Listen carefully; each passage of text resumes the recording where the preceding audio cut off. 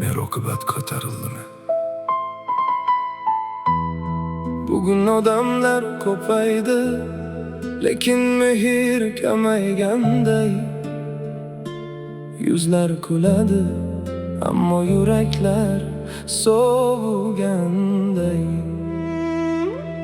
Bir paytlar qo'shniga non ulashardi, bir piyola choy bilan dard tinglashardi. Bugun esa hamma o'z dunyosida, bir-birini ko'rmay o'tib ketishadi. Onalar deraza qarab kutadi, farzandlar esa vaqt topolmaydi. Otalar ichida ming armon bilan bir og'iz mehr so'zini sog'inadi. Mehr-oqibat ko'tarildimi ayting, yoki odamlar o'zgardimi bugun? Nega yuraklar uzoqlashib ketdi? Nega sovib qoldi mehrli tuyg'u? Mehr-oqibat ko'tarildimi ayting, nega ko'pchilik yolg'izlikda bugun? Pul topildi, uylar qurildi, ammo yo'qotdik insoniy mehrni bir kun. Qarindoshdan uzoqlashdi, do'stlar ham manfaat bilan o'lchandi. Bir vaqtlar jon bergan birodarlar bugun salomga ham zoriqib qoldi. Ko'chalarda odam ko'p, mehr esa kam, kulgu ko'p, samimiyat esa juda kam.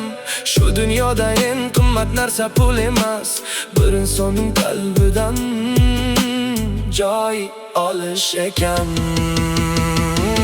Mehr-oqibat ko'tarildimi ayting, yoki odamlar o'zgardimi bugun?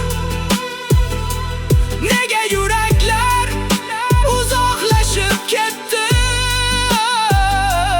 Nega sovib qoldi mehrli tuyg'u? Mehr-oqibat ko'tarildimi ayting, nega ko'pchilik yolg'izlikda bugun? Pul topildi, uylar qurildi, ammo yo'qotdik insoniy mehrni bir kun. Bir kun hamma ketadi bu dunyodan, na boylik qoladi, na mansab, na nom.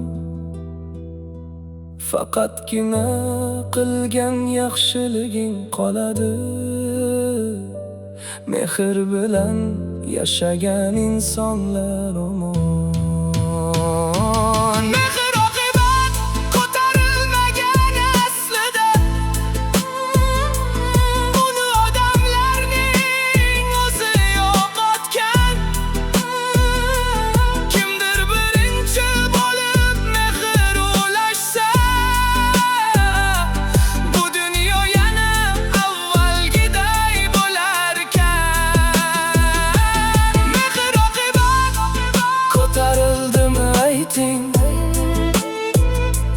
yoki yuraklar uxlab qoldimi bugun? Bir tabassum, bir duoga zor bo'lgan. Qancha inson yashab yuribdi bugun?